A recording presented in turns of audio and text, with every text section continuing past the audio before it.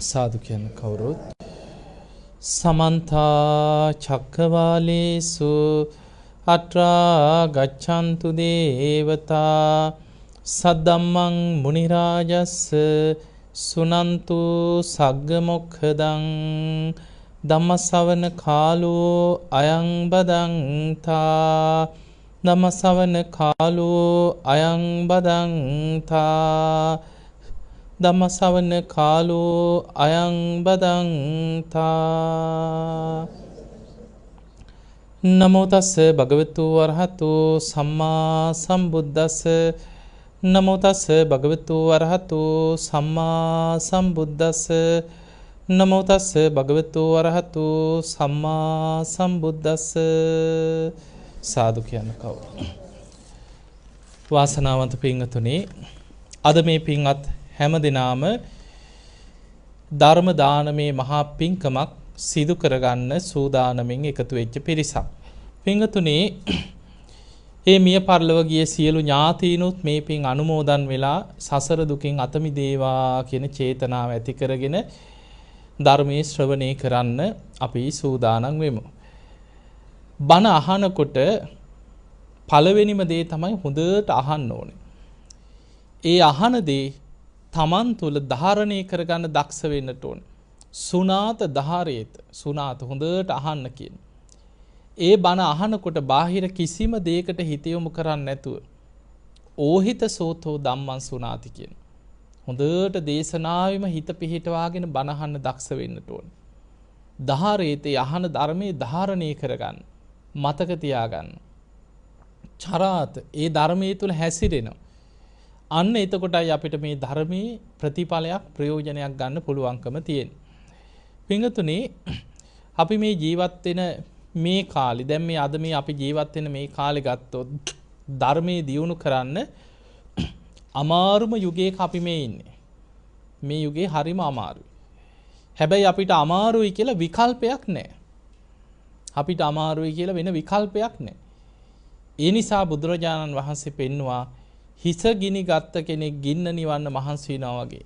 වෙන බේරෙන්න අතක් නැහැ. වෙන විකල්පයක් නැහැ. ආයුධයකින් පහක් කාපු කෙනෙක් තුවාලයක් සනීප කරන්න වෙහෙසෙනවා වගේ. මේ සංසාරේ බය දකින්න කෙනා ධර්මාවබෝධයට වීරිය වඩන්න කියලා. බුදුරජාණන් වහන්සේ පෙන්වන උන්වහන්සේ තරම් මේ ලෝකේ තියෙන මේ සසරේ භයානකම මේ ලෝකේ මිනිස්සු දන්නවා නම් හිස ගිනි ගත්ත කෙනෙක් ගින්න නිවන්න මහන්සි වෙනවා වගේ වීරිය වඩනවා. ආයුධයකින් පහරක් කාපු කෙනෙක් තුවාලයක් සනීප කරන්න වෙහෙසෙනවා වගේ ධර්මාවබෝධයට වීරිය වඩනවා. නමුත් අපිට වෙලා තියෙන අපිට ඒක දැනෙන්නේ තේරෙන්නේ. ඒ නිසා අපිට හිතෙනවා පස්සේ බැරියේ තව කල් තියෙනවනේ. ඌවට තව වැඩ තියෙනවනේ. එතකොට ඒ වගේ අපි මේක පස්සට දදා හිතාගෙන ඉන්නේ අපිට ඒකේ තේරුමක් නැති නිසා.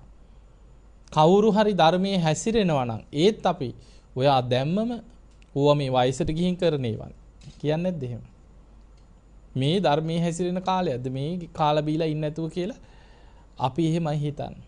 හැබැයි මරණ මංචකේ කියන්නේ කවදා කොතන කොයි මොහොතේ හුස්ම ටිකයිද කියන්න බෑ. පින්වතුනි, මේ ඉන්න කාලේ ගත්තොත් බුදුරජාණන් වහන්සේ දැන් පිරිනිවන් පාලා අවුරුදු කීයක්ද? අවුරුදු 2560 ගාණක්ද. බුදුරජාණන් වහන්සේ පහළ වෙච්ච කාලේ ඒ කාලේ ගත්තොත් මීට වඩා ආයුෂ අඩුද වැඩිද? වැඩි. මීට වඩා සාමාන්‍ය ආයු අපේක්ෂාව අවුරුදු 50කින් 60කින් විතර වැඩි. අපේ බුදුහාඳුරු පහළ වෙනකොට සාමාන්‍ය මිනිස්සුන්ගේ ආයු අපේක්ෂාව අවුරුදු 120ක් කිය. ඒ උපරිම නෙමෙයි සාමාන්‍ය ආයු අපේක්ෂණය. මිනිස්සු සාමාන්‍යයෙන් ජීවත් වෙන ආයුෂ අවුරුදු 120 මට්ටමේ තිබ්බා. ඊට වඩා දැන් බක්කුල මහරහතන් වහන්සේ අවුරුදු 160ක්. උන්වහන්සේ විතරක් නෙමෙයි දැන් උන්වහන්සේ විතරක් නම් හිතෙන්න පුළුවන්. උන්වහන්සේ ඉතින් නිරෝගී සම්පත්තිය වෙනුවෙන්ම පින් කරලා පාරමී පුරලා ඒකනේ ඔය කියලා හිතෙන්න පුළුවන්. අනුරුද්ධ මහරහතන් වහන්සේ අවුරුදු 150ක් වැඩ හිටියා. දිවස්ලාභීන් අතර අගතැන්පත් අනුරුද්ධ මහරහතන් වහන්සේ අවුරුදු 150ක්. එතකොට අපිට පේනවා ඒ කාලේ සාමාන්‍ය ආයුෂ අවුරුදු 120 වුණාට අවුරුදු 150 160 වැඩ හිටිය රහතන් වහන්සේලා ගැන තියෙනවා. එහෙමනම් අපිට පේනවා අද මේ ජීවත් වෙන අපිට වඩා ආයුෂ ඒ කාලේ වැඩි. හැබැයි අවුරුදු 2500ක් විතර වෙනකොට මිනිස්සුන්ගේ ආයුෂ සාමාන්‍ය ආයුෂ දැන් අඩු වෙලා දැන් අපිට තියෙන අවුරුදු 70 75 වගේ සාමාන්‍ය ආයුෂක් තියෙනවා. දැන් ජීවත් වෙන මිනිස්සුන්ගේ සාමාන්‍ය ආයුෂ අවුරුදු 70 75 වගේ අතර. කලාතුරකින් අවුරුදු 90 95 100 ඉන්න අය නැද්ද? ඉන්නවා කලාතුරකින්. හැබැයි ඒ ඉන්නේ ලෙඩ ගානේ. අද හොඳට බලන්න අවුරුදු 50 60 පැන්න නම් ලෙඩ ගොඩක් නෙමෙයිද? බොහොම අමාරුවෙන් තමයි තව අවුරුදු 10ක් 5ක් ඇදගන්න ඉස්සරහට ලෙඩ ගන්න. අපේ කය දැන් වෙනදාට වඩා ඉක්මනින් දුර්වල වෙනවා. වේගෙන් ලෙඩ රෝග වලට ගොදුරු වෙනවා. දැන් බලන්න ඔබ පුංචි කාලේ අහපුවත් නැති ලෙඩ දැන් නැද්ද? ඒ කාලේ අහලවත් නැති අමුතු නම් වලින් ලෙඩ සැරින් සැරේ අමුතු අසංගත රෝගලි කොච්චර විද්‍යාව දියුණුයි තාක්ෂණයේ දියුණුයි කීවට කොච්චර ලෙඩ රෝග මතුවෙනවද කියලා බලන්න. ඉස්සර අහපුවත් නැති ලෙඩ. එක ලෙඩකට බෙහෙතක් හොයාගන්නකොට බෙහෙතක්වත් හොයාගන්න බැරි තව ලෙඩ 100 ගාණක් අලුතෙන් මතුවේ. ඒ නිසා අපි ජීවත් වෙන්නේ බොහොම අමාරුම කාලෙක. පින්වතුනි බුද්ධ දේශනාවක් තියෙනවා මහා සාල සූත්‍රය කියලා. අංගුත්තර නිකායේ තික නිපාතේ තියෙන. මේ දේශනාවේ බුදුරජාණන් වහන්සේ පෙන්නනවා බුදුහාඳුරන්ගේ මහා සාල කියලා බමුණේ. මේ බමුණ බුදුරජාණන් වහන්සේගෙන් අහනවා ස්වාමීනි භාග්‍යතුන් වහන්සේ මං අහලා තියෙනවා මෙන්න මෙහෙම කතාවක්. පෙර පහළ වෙච්ච බුදුරජාණන් වහන්සේලාට දීර්ඝ ආයුෂ තිබුණා කියලා. ඒ කාලේ මිනිස්සුත් බොහෝ ආයුෂ වින්දා කියලා මං අහලා තියෙනවා. මේක ඇත්තද කියලා අහනවා. ඊළඟට අහනවා ස්වාමීනි භාග්‍යතුන් වහන්සේ අනාගතයේ එන්න මිනිස්සුන්ගේ ආයුෂ අඩු වෙනවද? ඇයි මිනිස්සුන්ගේ ආයුෂ පිරිහිලා මිනිස්සු මේ වගේ විපත් වලට පත් වෙන්නේ කියලා අහනවා. බුදුරජාන් වහන්සේ වදාළ මහා සාල ඔබ ඔය අහලා තිබ්බ කාරණේ ඇත්තේ කිව්වා. පෙර පහළ වෙච්ච බුදුරජාණන් වහන්සේලාට දීර්ඝ ආයුෂ තිබ්බා කිව්වා. අදට වඩා අද අපිට අද ආයුෂෙන් ගත්තොත් අපිට හිතන්නවත් බෑ. දැන් මේ මහා බද්ද කල්පේ බුදුරු කී නමක් පහළ වුණාද අපේ බුදුහාඳුරන්ට කලින්? 3 නමයි. කකුසඳ, කෝණාගමන, කාශ්‍යප. අපේ බුදුහාඳුර තමයි 4 වෙනියට පහළ වුණේ ගෞතම බුදුහාඳුර. එතකොට කකුසඳ බුදුහාඳුරන්ගේ කාලේ සාමාන්‍ය ආයු අපේක්ෂාව අවුරුදු කීයක් කියලා දහලා තියෙන්නේ? 40000. හිතන්නවත් පුළුවන්ද? කෝණාගමන බුදුහාඳුරන්ගේ කාලේ සාමාන්‍ය මිනිස්සුන්ගේ ආයු අපේක්ෂාව අවුරුදු 30000ක් කියලා. කාශ්‍යප බුදුහාඳුරන්ගේ කාලේ සාමාන්‍ය ආයු අපේක්ෂාව අවුරුදු 20000ක් කියලා. අද අපිට හිතන්නවත් බෑ. ඇයි අද අපි අවුරුදු 100නුත් පල්ලෙහාට පිරිහිච්ච යුගයක ඉන්නේ. ඒ නිසා අද අපේ ආයුෂ ගැන අපිට හිතා ගන්නවත් බෑ. පින්වතුනි මෙහෙම ආයුෂ අඩු වෙලා කාලයකට මිනිස්සුන්ගේ ආයුෂ අවුරුදු අසංඛ්‍යයට වැඩි වෙනවා කියලා. එහෙම වැඩි වෙච්ච ආයුෂ මෙහෙම පිරිහිලා අඩු වෙලා අවුරුදු 100න් පහළට ආයුෂ පිරිහෙනවා කියන්නේ. බුදුරජාණන් වහන්සේ දේශනා කරන අවුරුදු 100න් පහළට පිරිහෙනකොට බුදුවරු ලෝකේ පහළ වෙන්නේ නැහැ කියන කවදා. ඒකට හේතුව මිනිස්සුන්ට කෙලෙස් වැඩි කියන. අධර්ම රාගයේ, විෂම ලෝභයේ, මිත්‍යා ධර්මයේ, විකෘති ආසාවන් බලවත් වෙන කාලයක් කියන. නියත මිත්‍යා දෘෂ්ටියේ ලෝකේ බලවත්ම කාලයක් කියන. දැන් හිතන්න ඔබ දන්නවනේ හැම බෝසතාණන් වහන්සේ නමක්ම පස් මහ බැලුම් බලනවනේ. තුසිත දෙව්ලොව ඉඳන් බලනවා බුදු කෙනෙක් පහළ වෙන සුදුසු කාලයේද කාලය, දීපය, දේශේ, කුලේ මව බහලා තියෙනවනේ. එතන කාලය කියලා බලන්නේ මිනිස්යන්ගේ ආයුෂ අවුරුදු 100න් පහළට පිරිහිලා නම් බුදුවරු පහළ වෙන්නේ නැහැ කියන. යන්තම් අපේ බෝසතාණන් වහන්සේ දා දෙව්ලොව ඉඳන් බලනකොට එදා මිනිස්සුන්ගේ ආයුෂ කීයද? 100ට චුට්ටක් වැඩි. 100ට වඩා වැඩි. ඒ නිසා අපේ බුදුහාමුදුරුවෝ දෙව්ලොවින් මනුලොවට බෝසතාණන් වහන්සේ බුද්ධත්වයේ පිණිස අහස් දිව්‍ය ලෝකින් චුත වෙලා වැඩම කරලා පින්වන්ත මහා මායා දේවිය කුස පිළිසිඳ ගත්තා. එතකොට දැන් අපි ඉන්න කාලේ ගත්තොත් ආයුෂ 100න් පල්ලෙහාට පිරිහිලාද නැද්ද? පිරිහිලා. බුදුහාමුදුරන්ගේ අර දේශනාවේ මහා සාලට කියන මහා සාල මිනිස්සුන්ගේ ආයුෂ අවුරුදු 100න් පහළට පිරිහෙනකොට අධර්ම රාගයේ බලවත් කියන. ඒ කියන්නේ විකෘති ආසාවන් බලවත්. මිනිස්සු සත්තු වගේ බල්ලෝ බලල්ලෝ තිරිසන්නුන්ට අන්ත වෙනවා කියන විකෘතිය. විෂම ලෝභය. ඒක ලෝභය ඉහවහ ගිහිල්ලා විෂම වෙලා තියෙන. එතකොට ඒ ලෝභකම කියන එක තණ්හාව කියන එක විෂමයි විකෘති. මිත්‍යා ධර්ම බලවත් කියන මිත්‍යා දෘෂ්ටිය බලවත්ම දේ වෙනවා කියන. එතකොට ඔය වගේ විකෘති ආසාවන් වැඩි වෙන්න බුදුරජාණන් වහන්සේ පෙන්වන මහා සාල අනාගතයේ මිනිස්සුන්ට විශාල විපත් තුනක් තියෙනවා කියන. මිනිස්සු අධර්ම රාගයයි විෂම ලෝභයයි මිත්‍යා ධර්මයයි බලවත් වෙනකොට පොළොව වාසී දෙවිවරු මිනිස්සුන්ගෙන් ඈත් වෙනවා කියන. මිනිස් ආයුෂ අවුරුදු 100න් 15ට පිරිහෙනවා කියන්නේ මනුස්ස ලෝකෙට දෙවියන්ගේ රැකවරණය අහිමි වෙන කාලේ. දැන් අපිට ওই බුදුහාමුදුරන්ගේ කාලේ ඒ බුදුරුන්ගේ කාලේ මේ දෙවිවරු පෙනී හිටියා මිනිස්සුන්ට උදව් කරා. අද නිකන් අහන්නවත් නැහනේ. එතකොට ඒ කාලේ දේශනාවල ගොඩක් තියෙනවා රහතන් වහන්සේලා ඉදිරියේ දෙවිවරු පෙනී ඉන්නවා. මිනිස්සුන්ට විපතක් වෙනකොට දෙවියන් පෙනී ඉන්නවා. මිනිස්සුන්ගේ ආයුෂ අවුරුදු 100න් 15ට එනකොට මිනිස්සුන්ගේ මනුස්ස ලෝකේ අකුසල් බලවත් වෙනකොට දෙවියන් මිනිසයන් ගැන කලකිරිලා දෙවියන්ගේ රැකවරණ මිනිස්සුන්ට අහිමි වෙනවා කියන. දෙවියන්ගේ රැකවරණ අහිමි වෙනකොට අපි දන්නේ නැති වුණාට බුද්ධ දේශනාවේ සඳහන් වෙනවා දැන් වැස්ස වහින්නේ දෙවියන් නිසාද? කතා කරන්න ඕනේ. නෑ වැස්ස වහින්නේ දෙවියන් නිසා නෙමෙයි. හැබැයි වැස්ස වලාහක කියලා දේවතාවරු කොටසක් ධර්මයේ පෙන්නනවා. ඒ දෙවියන්ගේ දේවානුභාවයෙන් 이르දි බලෙන් දෙවියන්ට පුළුවන් කියනවා වැසි ඇති කරන්න පුළුවන් කියන. අවශ්‍ය නම් හැම වෙලෙම වහින්නේ දෙවියන් නිසා නෙමෙයි. ඒ දෙවියන්ට වැසි ඇති කරන විදිහට පෙළහර පාලා අහසේ වැසි ඇති කරවන්න පුළුවන් කියන වැස්ස වලාහක දෙවියන්ට. දැන් අහසේ වලාකුළු යනවා දැකලා තියෙනවන්නේ. ඒ වලාකුළු යන්නේ දෙවියන්ද අරගෙන යන්නේ. කරේ තියාගෙන යනවා කවුරුත් නැහැ. ඒ වලාකුළු හුලං හමන දිශාවට යනවා. හැබැයි අබ්බ වලාහක කියලා දේවතා කොටසක් ඉන්නවා කියන අහසේ. ඒ දෙවියන්ට 이르දි බලයෙන් වලාකුළු යන දිශාව වෙනස් කරන්න පුළුවන් කියන 이르දි.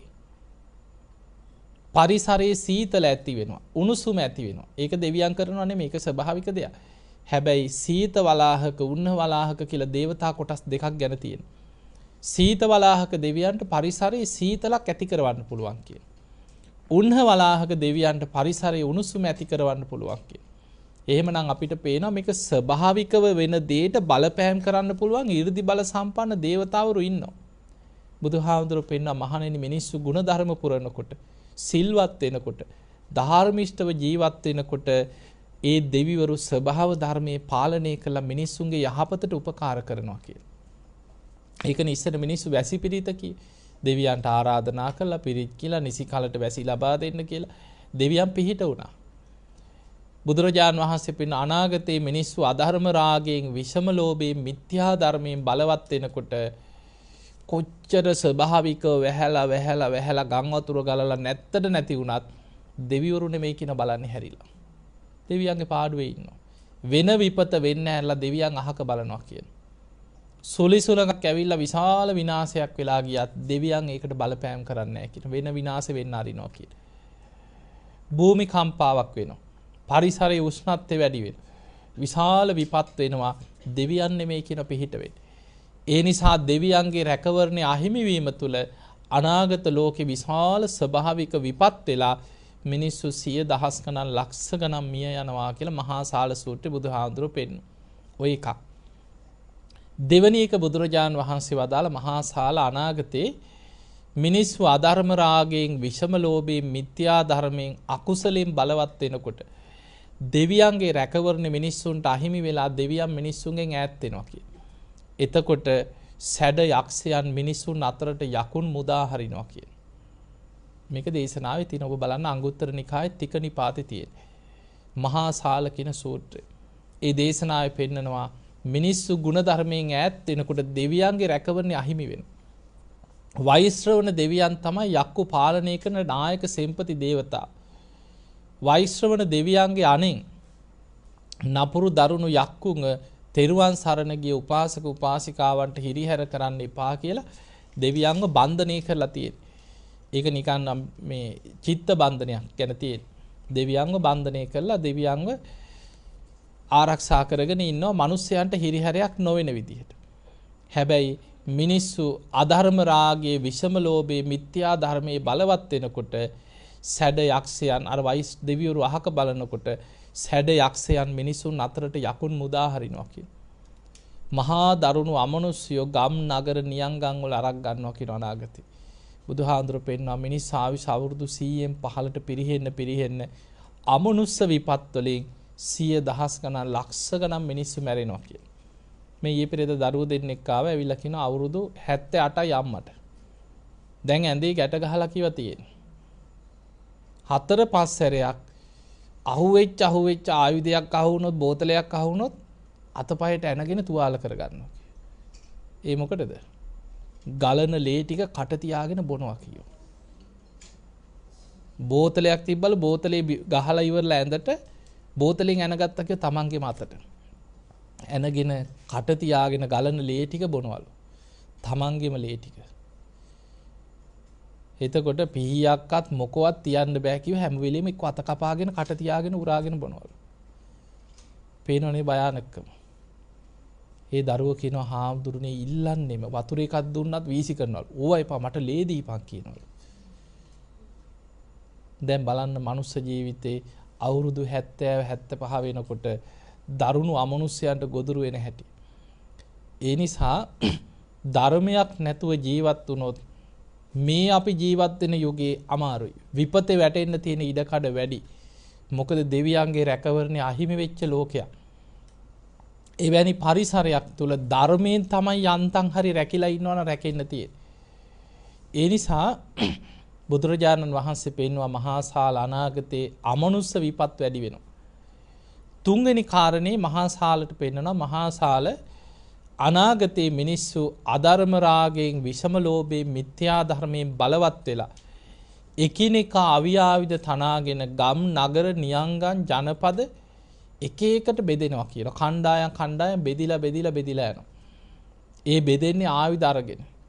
ඒ බෙදිලා ගම් වල මිනිස්සු දෙකට බෙදිලා මරා ගන්නවා කියලා. නගරවල මිනිස්සු බෙදිලා මරා ගන්නවා කියලා. රටවල් මරා ගන්න. මේ විදිහට මිනිස්සු ලෝකේ පුරාම මිනිස්සු කෙලෙස් තුලින් අවියාවිද අරගෙන තමන්ගේ මතවාද තුල එකිනෙකා මරාගෙන අනාගතයේ ලෝකේ විශාල වශයෙන් මිනිස්සු ආයුධ වලින් මිනි මරාගෙන විනාශ වෙනවා කියන. එතකොට මේ විපත් තුන බහුලවම වැඩෙන්නේ මිනිස් ආවිස අවුරුදු 100න් 15ට පිරිහෙනකොට කියන. දැන් ඔබ අහලා ඇතිනේ ඔය දීඝනිකායේ තියෙන චක්‍රවර්ති සීහනාද කියලා සූත්‍රය. ඔබ ගොඩක් ওই දේශනාවලට අහලා ඇති. මිනිස්සුන්ගේ ආවිෂ දැන් මේ තියෙන ආවිෂ අනාගතේ එන්න අඩු වෙලා අවුරුදු කීයට අඩු වෙනවද? අවුරුදු 10ට අඩු වෙනවා කියන. දැන් අපිට එකපාරට අද නිකන් 10ට අඩු වෙනවා කියවොත් ඕක බොරු වගේ හිතෙනවනේ. එහෙමත් වෙයිද? අවුරුදු 10ට අන්න එහෙම හිතෙනවා. හැබැයි එදා බුදුහාඳුරන් දැන් නොදන්න දහස් ගණන් පැත්තක තියමු. අවුරුදු 120ට වගේ තිබ්බ කාලෙ මිනිස්සුන්ට කීවනම් 60ට 70ට බහිනවා කියලා. ඒත් ඒ අයට හිතෙන්න පුළුවන් ඕක බොරු කියලා. මොකද අපිට ඒක අත්දැකීමක් නැහැ. මේ මිනිස් ආවිෂ පිරිහෙන්නේ අවුරුදු 100කට අවුරුදු 2කින් වගේ තමයි අඩු වෙවි යන්නේ. ඒකයි දැනෙන්නේ නැත්තේ අපිට. පරම්පරා දෙකක් විතර යනකොට අවුරුදු 2කින් විතර ආවිෂ අඩු වෙලා. ඒකයි හොයන්න බැරි. දැන් බලන්න බුදුරජාණන් වහන්සේ පිරිනිවන් පහළ වෙනකොට සාමාන්‍ය මිනිස්සුන්ගේ ආයුෂ අවුරුදු 120යි. අද හිතමු 70යි කියලා. එතකොට 70 ඉඳ මේ 120 ඉඳන් 70ට පිරිහුණා කියන අවුරුදු කීයක අඩුවීමක්ද? අවුරුදු 50. එතකොට අවුරුදු 50කින් ආයුෂ අඩු වෙන්න ගත වුණේ අවුරුදු කීයද? 2500 ගාන. අවුරුදු 2500ක කියන්නේ අවුරුදු 100කට අවුරුදු 2කින් වගේ තමයි මේ ආයුෂ අඩු වේගෙන ඉස්සරහට යන්නේ. මේ වේගෙම ඔබ හිතන්න තව අවුරුදු 2500ක් අනාගතයට ඔබ අහලා ඇතිනේ මේ බුද්ධ ශාසනය අවුරුදු 5000ක් කල් පවතිනවා කියලා. ඒ කියන්නේ මේ ධර්මයේ බලවත්ව තියෙනවා කියන එක නෙමෙයි. බුද්ධ අධිෂ්ඨාන ටික. සිරිපා සටහන්. ධාතුන් වහන්සේලා බුද්ධ අධිෂ්ඨානයෙන් අවුරුදු 5000ක් ලෝකේ පවතිනවා කියලා. දැන් ඔබ හිතන්න මේ වේගෙම තව අවුරුදු 2500ක් අනාගතයට හිතුවොත් ඔය කියන අවුරුදු 5000 වෙන දවසේ එනකොට ජීවත් වෙන මිනිස්සුන්ගේ ආයුෂ කීයද? අවුරුදු 20ට පිරිහිලා.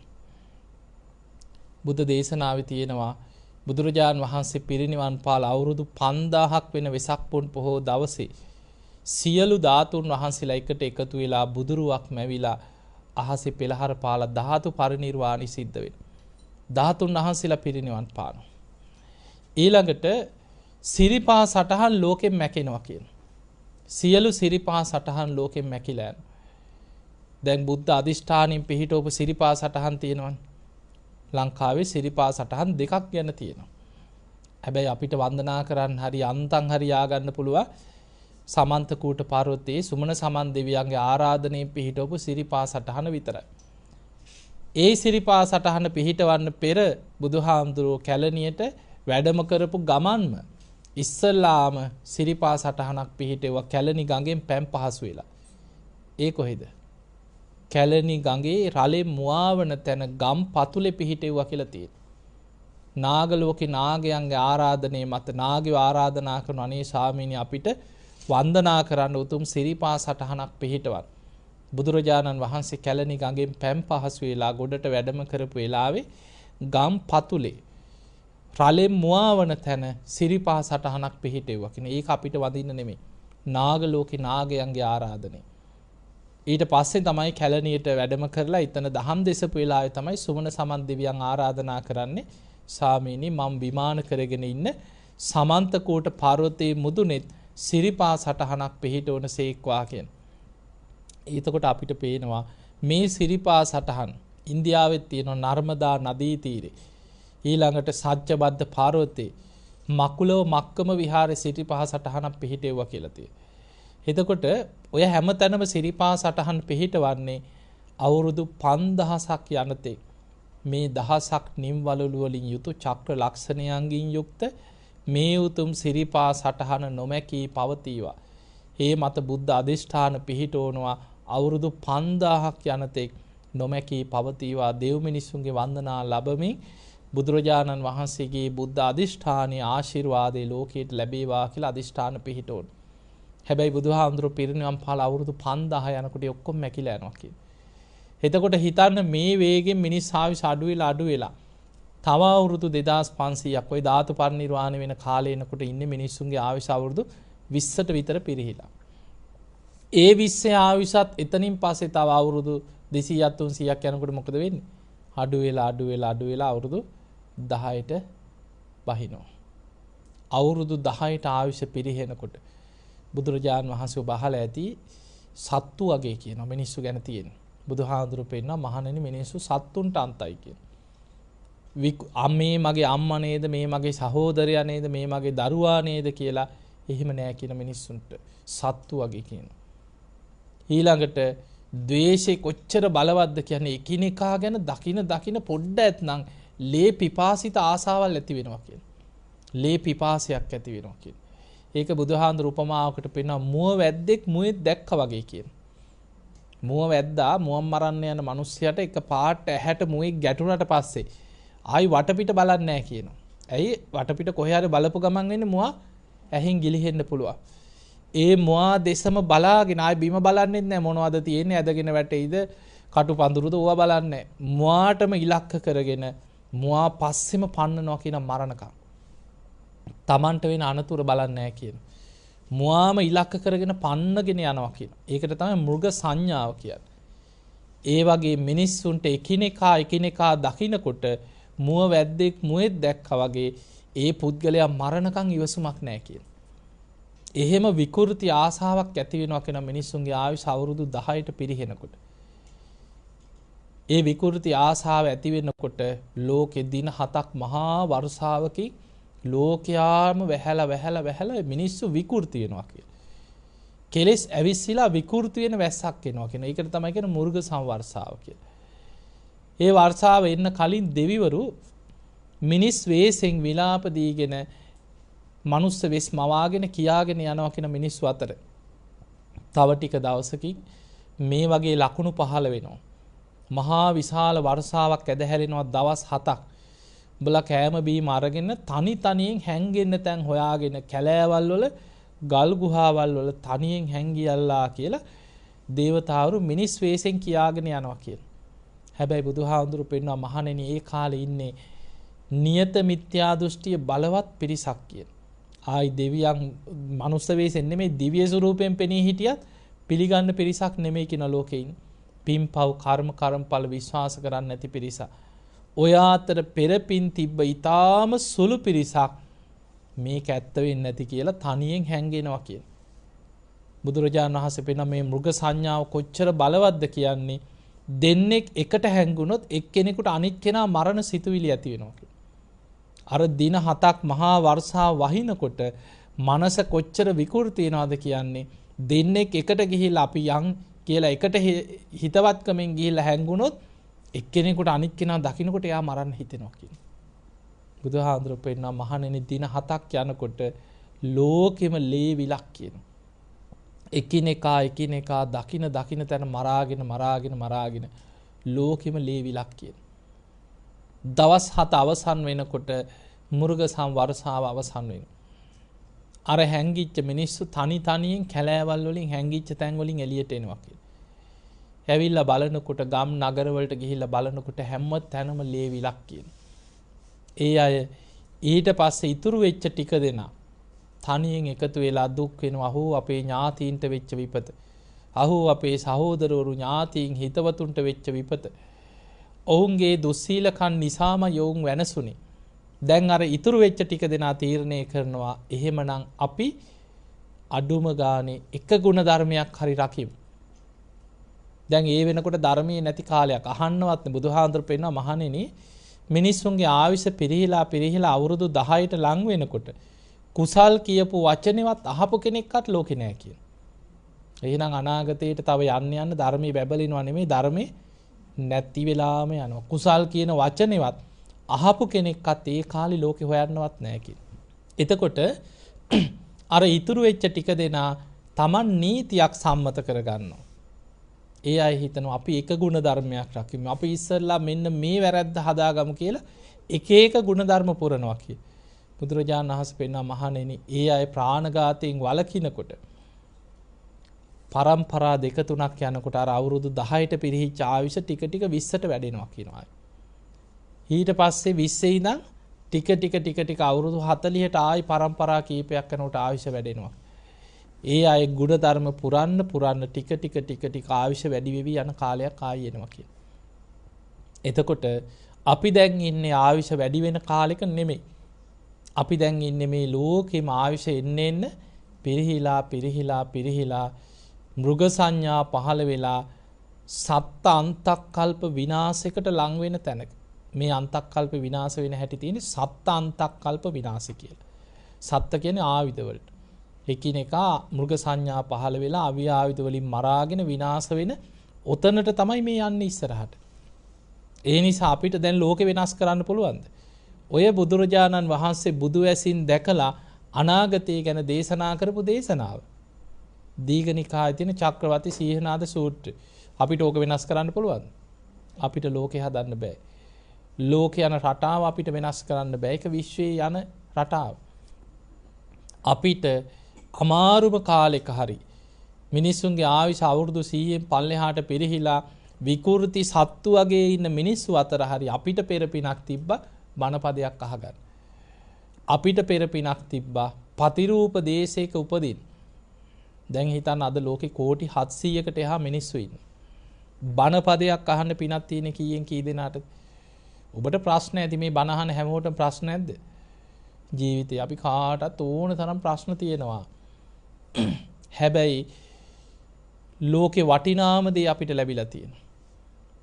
කල්යාණ මිත්‍ර සේවනයේ, සද්ධර්ම ශ්‍රවණේ, සත්පුරුෂ ආශ්‍රේ, ගුණධර්ම පුරන්න පුළුවන්, පින් කරන්න පුළුවන් ගමක රටක පළාතක අපි ජීවත් වෙන්නේ. එතකොට අපිට ලෝකේ වටිනාම දේ ලැබුණා. මොනව නැති වුණා. මේකේ වටිනාකම දන්න කෙනා වේලක් ඇර වේලක් කාලා හරි කොච්චර ආර්ථික ප්‍රශ්න තිබුණත් මොන විදියට හරි දුක් විඳගෙන ධර්මයේ දියුණු කරගන්න. ඒ නිසා ධර්මයේ දියුණු කරගන්න උත්සාහයක් ගන්න වෙන කිසිම ගැළවීමක් නෑ. මොකද බුදුරජාණන් වහන්සේ පෙන්වුවේ මේ මනුස්ස ජීවිතේ බර වෙලා තියෙන කොහෙටද? සුගතියටද? සතර අපායේ මහගෙදර වගේ කියනවා. අපි මෙහෙම හිටි දැන් මේ බණ ඇහුවට හොඳට වාඩි වෙලා බණ අහගෙන හිටියට මේ දැන් මැරුණා කියලා හිතමු. අපි හිතමු අපි මැරෙන්න පුළුවන්. දැන් අපි මැරුණොත් නිරේට ඇදිලා යන ආශ්‍රව ඔබ තුල තියෙනවද නැද්ද? තියෙනවා, මතක තියාගන්න. දැන් මේ හොඳට බණ ඇහුවට නිරේගාමී ආශ්‍රව හිතත් ඇතුලේ තියෙනවා. ඒවා යටපත් වෙලා තියෙනවා. අලු යට ගිනි පොකුරු වගේ යටපත් වෙලා තියෙනවා. ඔබ තිරිසන් ලෝකයට ඇදිලා යන ආශ්‍රව හිත අභ්‍යන්තරයේ තියෙනවා. പ്രേත ලෝකෙට ඔබ ඇදිලා යන ආශ්‍රව හිත අභ්‍යන්තරයේ තියෙනවා. අසුර අපායවල වලට නාග ලෝකෙට ওই දුගතියට වැටෙන්න පුළුවන් ආශ්‍රව ඔක්කොම හිත ඇතුලේ තියෙනවා. සෝවාන් වෙන දවසට තමයි අපායගාමී අකුසල් ප්‍රහාණය වෙන්නේ. එතකන් අනතුරු තියෙනවා. ඒ නිසා එතකන් පින් කරන්න ඕනේ. අපි කොච්චර පින් කරත් මතක තියාගන්න අනතුරු සම්පූර්ණයෙන් නැති වෙලා නෙමෙයි. පින් කරන්න අනතුරු පැත්ත යටපත් වෙනවා. සුගතියට යන්න තියෙන අවස්ථාව මතුවලා බලවත් වෙනවා. හැබැයි නැති වුණා නෙමෙයි. ඒ නිසා පුළුවන් තරම් පින් දහනුත් කරන්න, කුසල් දහනුත් වඩන්න, ධර්මාවබෝධය ලබනවා කියලා වීරිය වඩා ගන්න. ඒ උත්සාහය ගත්තේ නැත්නම් අපි සාමාන්‍යයෙන් ඉතින් ඔය ඉඳලා හිටලා ටීවී එක බණක් අහලා පෝයක් කෙනකොට පන්සලකට ගිහිල්ලා මල් ටිකක් පූජා කරලා බුදුන් ඇඳලා ඔය කොයි හරි පින්කමක් කරන වෙලාවට පින්කමකට ගිහිල්ලා ඔය මට්ටමින් අපි ඔය ගෙවල් උදේ ඉඳන් නිකන් ගෙදර හිටන් උදේ ඉඳන් රෑ වෙනකන් තියෙන ප්‍රශ්නත් එක ධර්මයේම හිත පිහිටලා තියෙනවද? නෑනේ. අවංකව ගත්තොත් කොච්චර ප්‍රශ්නද? ඒ ප්‍රශ්නත් එක්ක හැම වෙලාවෙම තරහෙන්, ද්වේෂයෙන්, ගැටුම් වලින් එපා වීම, කලකිරී ජීවිතේ එපා වෙනවා. ඒවත් එක්ක අපි ඉන්නේ. එවැනි වෙලාවක හදිස්සියේවත් මැරුණොත්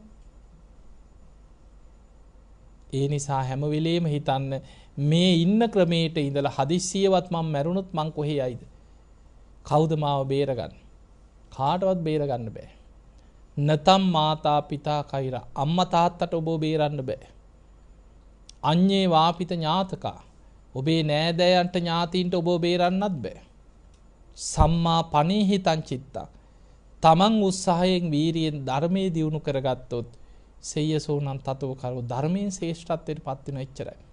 ඔබ ධර්මයේ හිත පිහිටෙව්වොත් ඔබ ධර්මයෙන් බේරිලා යනවා. එච්චරයි. බාහිර කෙනෙකුට ඔබ බේරන්න බෑ. ඔබ ආරක්ෂා කරගන්න බෑ. ඒ නිසා ඔබම උත්සාහයෙන් වීරියෙන් ධර්මය අල්ලගත්තොත් ඔබ බේරෙනවා. එච්චරයි. ඒ නිසා පින්වතුනි ධර්මයේ දියුණු කරන්න ලොකු උත්සාහයක් ගන්න. ගුණධර්ම පුරා ගන්න ලොකු උත්සාහයක් ගන්න. මේ පෙරද පත්තරයක තිබ්බ එක. තමන්ගේ දුව හැම වෙලෙම දැන් දරුවෝ ඉන්නවා දැන් ওই ෆෝන් එකේමනේ හුනියම වගේ එක. නැද්ද නිකන් ගෙවල් වල එහෙම ළමයි. ආයි වෙන ලෝකයක් නෑ ෆෝන් එකම තමයි. එතකොට ඒ දරුවා ඉතින් ෆෝන් එකේම තමයි. මේ අම්මා ඉතින් යනකොට බැනගෙන යනවා මොකද්ද කෝ ඔය ෆෝන් එකම අල්ලගෙන කියලා බැනගෙන යනවා. ඉතින් සැරින් සැරේ මං දැන් ඕක උස්සලා පොලේ ගහනවා කියලා බැනගෙන ගියා පාරක් දෙපාරක්. ඊට පස්සේ ඉතින් බැරිම තැන දවසක් මේ අම්මා අර ෆෝන් එකට ඇන ඉන්නකොට ඇදලා ගත්ත ෆෝන් එක මෙහෙට දෙනවා කියලා. අරගෙන ෆෝන් එක හැංගුවා. දැන් මේ දුවට අවුරුදු 20 ගානක්. බලන්න මේ හිටවල එන කේන්ති. දැන් ඉල්ලුව දවසක් දෙකක් ඉල්ලුවා ෆෝන් එක අමේ ෆෝන් එක ඕනේ. දුන්නෙම නෑ. දෙන්නේ නෑ කියෝ. ඔබ පාඩම් කරපන් කිය විභාගෙට. ඊට පස්සේ දැන් දවස් 2යි 3යි තුන්වෙනි දවසේ. ඊට පස්සේ අම්මා හැමදාම ඉතින් අර හදාගෙන තේ එකක් කිරි එකක් හදාගෙන බොනවා. ඊට පස්සේ අම්මා කිරි එක හදන්න යනකොට අද මං අම්මට හදලා දෙන්නම් කිව්වා. ඊට පස්සේ අනේ අම්මා හිතුවා දැන් මේ මාත් එක්ක තරහ වෙලානේ ඉන්නේ. ෆෝන් එක ගත්ත නිසා ඔය යාළු වෙන්න. දුවේ හදාගෙන වරෙන් කිව්වා. ඊට පස්සේ හදලා ගෙනත් දුන්නා. ගෙනත් දුන්නාට පස්සේ එක උගුරක් බොනකොට නිකන් අමුත්තක් ආවා දුවනේ හැදුවේ බිව්වා. ආයි නැකිට්ටේ නෑ ඇදගෙන වැටිච්ච පාර. අර වහදාලා දීලා ෆෝන් එක ගත්තට. එතකොට හිතන්න ෆෝන් එක උදුර ගත්තා කියලා තමන්ගේ අම්මට වහදීලා මැරුවා. පේනවනේ භයානකම. කල්පයක් අපායට වැටෙන ආනන්තරී අකුසලයක්. එතකොට එච්චර භයානක ආයි බේරෙන්න පුළුවන් කර්මයක්ද? ඒ කාන්තෙන් විපාක දෙන ගරුක කර්මයක්. ආනන්තරී අකුසලයක්. එතකොට ඒ වගේ ආනන්තරී අකුසලයක් කරගන්න තරම් හිතක් නැඹුරු වුණේ අර පොඩ්න එක බලන්න මේ පොඩි දෙයක් ඇති මිනිස්සෙකුට. එහෙම විකෘති ආසාවක් නැති වෙන්නේ. විකෘති රාගය, විකෘති ද්වේෂය ආයි ගැටෙන්න ගත්තත් එහෙමයි. සමහර විකෘති මිනිස්සු හිතන්න බෑ. ඉතින් ඒ නිසා සමහර අපරාධ, සමහර මිනිමරුන් පෞගී දවසක මම බන්ධනාගාරේ බණක් කරනකොට එක පුද්ගලයෙක් ගැන මට ඒ නිලධාරීන් කිව්වා, හාමුදුරනේ මෙන්න මේ පුද්ගලයා බණහන වනේ වැඳගෙන හොඳට බණහන උපාසකයා වගේ. කෙනෙකුට පිහියෙන් ඇනලා මූණටම 50 සැරයක් විතර ඇනලා ඇස් ගලවලා මොලේ අතට අරගෙන මෙහෙම මිරිකලා කියනවා. කොච්චර වෛරයක්ද කියලා හිතන්න. කෙනෙක්ව මරනවා කියන එක සාමාන්‍ය මිනිමරුන් කොහේ හරි කලාතුරකින් බුදුහාඳුරේ කාලෙත් ඉතින් පව්කාරයෝ ඉඳලා තියෙනවනේ කවදත් නේ. අච්චර පුද්ගලයා දිහා බලපුවම හිතන්නවත් බෑ. ඒ නිසා මතක තියාගන්න සමහර පුද්ගල චරිත මූණ බැලුවට උපාසකයා වගේ හිටියට ස්වරූපෙන් මේ හිත ඇතුලේ තියෙන රාග, ద్వේෂ, මෝහ ආදී විකෘති ස්වභාවයන් වල භයානකම. ඒ නිසා දැන් කෙලෙස් බහුල කාලයක්. අකුසල් ගොඩාක් බලවත් කාලයක්. විකෘති මිනිස්සු එක්ක අපිට ජීවත් වෙලා වෙන්න වෙලා. දැන් අපි ජීවත් වෙන්නේ මේ මාර්ගඵලලාභීන් ඉන්න සමාජයකද? රාහතන් වහන්සේලා ඉන්න ලෝකෙක නෙමෙයි. අපි ජීවත් වෙන්නේ රාග, ద్వේෂ, මෝහ ඇවිස්සිච්ච විකෘති සත්තු වගේ ලෝකෙක අපි ඉන්නේ. එවැනි ලෝකෙක, එවැනි සමාජයක, එවැනි පරිසරයක හතුරු හැදෙනවා කියන්නේ ආයි 아무තු දෙයක් hina වුණත් ඇතිනේ. ඇඟට එන මිනිස්සු නැද්ද hina වුණත්? එහෙම පරිසරයක් තියෙන. ඒ නිසා බොහෝම පරිස්සමෙන් ඇඟ බේරගෙන ජීවත් වෙන්න. මොකද මෙච්චර වටින මනුස්ස ජීවිතයක් ලැබිලා නිකන් ඒ ජීවිතේ විනාශ කරගන්න නැතුව බුදුහාඳුර පෙන්නනවා සබ්බාසෝ සූත්‍රයේ පෙන්න මගහැරීමෙන් ප්‍රහාණය කළ යුතු ආශ්‍රව කියලා. අනතුරු සහිත තැන් මගහැරලා යන්න කියන. අනතුරු සහිත පුද්ගලයෝ ඉන්නවා නම් සැනින් මගහැරලා ජීවත් වෙන්න කියන. අසත්පුරුෂයෝ, ගැටෙන්න එන මිනිස්සු, හැම වෙලෙම ද්වේෂයෙන්, වෛරයෙන්, තරහින් කටයුතු කරන අය පුළුවන් තරම් ඒ අය මගහැරලා ජීවත් වෙන්න. මොකද ඒ අයට ජීවිතේ වටිනාකම නැතත් අපිට බුද්ධ ශාසනයක් ලැබුණා. මේ බුද්ධ ශාසනයෙන් ප්‍රයෝජනයක් ගන්න වීරිය වඩන්න, ගුණධර්ම පුරා ගන්න. අඩුම ගන්න මෙන්න මේ ටික මතක තියාගන්න. හොඳට සද්ධාව දියුණු කරන්න. අපිට ලෝකේ හදන්න බෑනේ. ඉස්සලා අපි හැදෙන හැටි බලමු. අපිට තියෙන්නේ බේරෙනවා නම් පළවෙනි මේක සද්ධාව. හොඳට බුදු ගුණ හිතන්න, දහම් ගුණ හිතන්න, සංඝ ගුණ හිතන්න. හැම වෙලාවෙම සද්ධාවෙන් හිත රැක ගන්න.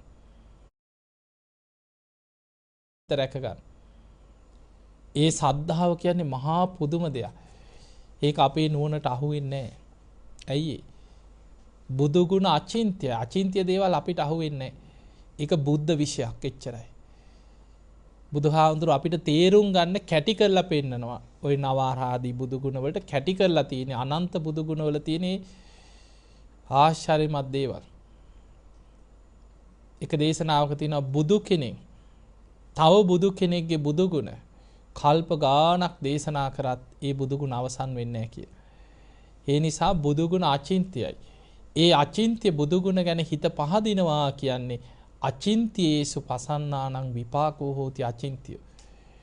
ඒකෙන් ලැබෙන විපාකයක් අපිට අචින්ත්‍යමයි කියන. ඒ නිසා දැන් ධර්මාවබෝධයට යන්න ගියත් පළවෙනිම බැස ගන්න තැන සෝවාන් මාර්ගයේ සද්ධානුසාරී. එතනින් තමයි ඇතුල් වෙන්න තියෙන්නේ. සද්ධාවෙන්මයි ධර්මාවබෝධයට ඇතුල් වෙන්නේ. පංච ඉන්ද්‍රිය ධර්ම ගත්තොත් පළවෙනියට තියෙන්නේ සද්ධා ඉන්ද්‍රිය. පංච බල ධර්ම ගත්තොත් පළවෙනියටම තියෙන්නේ සද්ධා බලං කියන. ඒ නිසා ඒක බල ධර්මයක්, ඉන්ද්‍රිය ධර්මයක් හැටියට වඩා ගන්න ඕන දෙයක්. ඒ නිසා හැම වෙලෙම බුදු ගුණ හිතන්න, දහම් ගුණ හිතන්න, සංඝ ගුණ හිතන්න. අපිට කරදරයක් වුණත්, විපතක් වුණත් ඉස්සර මිනිස්සු විපතකදී මොකද කරේ? දැන් දජග්ග සූත්‍රයේ මොකද තියෙන්නේ? බයක් වුණත්, බයංවා චම්බිතත්තංවා ලෝමහංසෝවා. බය වෙනවා, තැති ගන්නවා, ලොමු දැහ ගන්නවා, මරණ බයක් ඇති වෙනවා. එකපාරට වෙවුලලා යනවා. බුදුහාඳුර පෙන්න වෙන කිසිම පිළිසරණක් නැහැ. බුදු ගුණ හිතන්න, දහම් ගුණ හිතන්න, සංඝ ගුණ හිතන්න. එතකොට තුනුරුවන් ගුණම හිතන්න කියන. අපිට හැම වෙලාවෙම ජීවිතේ තුනුරුවන්ගෙන් තොර ජීවිතයක් නැහැ. නත්ති මේ සරණං අඤ්ඤං බුද්ධෝ මේ සරණං වරං. නත්ති මේ සරණං අඤ්ඤං ධම්මෝ මේ සරණං වරං. නත්ති මේ සරණං අඤ්ඤං සංඝෝ මේ සරණං වරං. ඒ විදිහට තුනුරුවන් ගුණම සිහි කරන්න අන්න ඔබට ආරක්ෂාවක් තියෙනවා. දෙවෙනි එක සිල්වත්කම. හිතට එකඟව අවංක සීලයක් රකින්න. ඊළඟට බණ අහන්න. දැන් කොච්චර බණ අහන්න තියෙනවදනේ? දවසකට එක බණක් දෙකක් හරි අහන්න. ආසාවෙන් අහන්න, බණ පොත්පත් කියවන්න. කාලයක් යනකොට තේරෙයි ධර්මයේ පිහිටන හැටි. ඊළඟට ත්‍යාග සම්පත්තිය, ඔබේ ශක්ති පමණින් පින් කරන්න. ටික ටික හරි පින් කරන්න. ඔබට පුළුවන් හැටියට පින් කරන්න. ඒ කරන පින සිහි කරලා බලවත් කරගන්න. ඊළඟට ප්‍රඥාව. ධර්මයේ නුවණින් විමසලා ඇති කරගන්න වැටහීම. ඒ නිසා මේ ලැබිච්ච මනුස්ස ජීවිතයේ තුල සද්ධා, සීල, සුත, ත්‍යාග, ප්‍රඥාදී ගුණ ධර්ම දියුණු කරගෙන ඔබ හැම දිනාටම උතුම් වූ ධර්මයේම අවබෝධ කරගන්න වාසනාව ලැබේවා ලැබේවා ලැබේවා කියලා අපි ඔබට ආශිර්වාද කරමු. පින්තුනේ, ධර්ම ශ්‍රවණයෙන් රැස් කරගත්ත සියලු පින් සියලු දෙවියෝ සාදුකාර දෙදී මේ පින් අනුමෝදන් වෙත්වා. දෙවියන්ගේ දිව්‍ය අසයිසුරු වර්ධනය කරගෙන සියලු දෙවියෝ සසර දුකින් අත මිදේවා, උතුම් නිවනටම පත් වේවා කියලා සාදු කියලා පින්.